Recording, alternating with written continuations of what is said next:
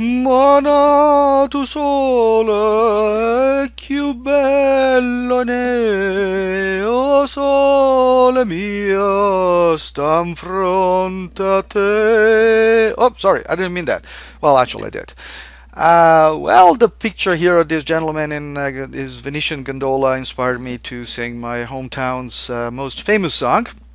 By the way, did you know that O Sole Mio is a song from Naples, which is in the south of Italy, and the gondola is actually from Venice, which is in the north of Italy, but for some reason these guys who are driving the gondola are always supposed to be singing that song. I'm sure they sing something else.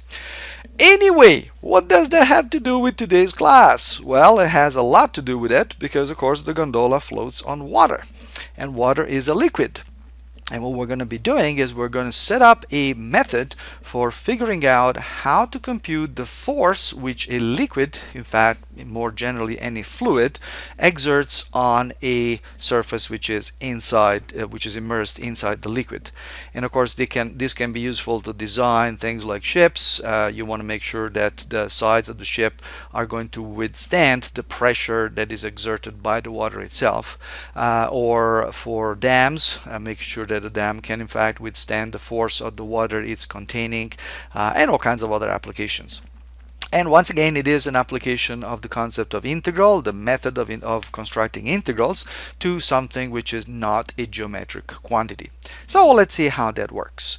So first of all, we're going to be imagining ourselves being in the presence of a body of water whose surface, well, as you can see here, is roughly horizontal. Theoretically, we're going to assume that it is exactly straightly horizontal. In real life, it never will be, but by now I hope you have gotten used to the idea that when we set up these problems, there is also always some kind of approximation going on.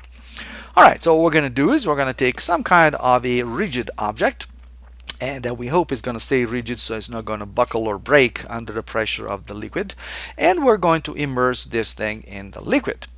As you know, the liquid will exert a pressure on this lamina, on this piece of whatever it is that we're immersing, and so we want to find out how much is that force, and will our object be able to withstand that force.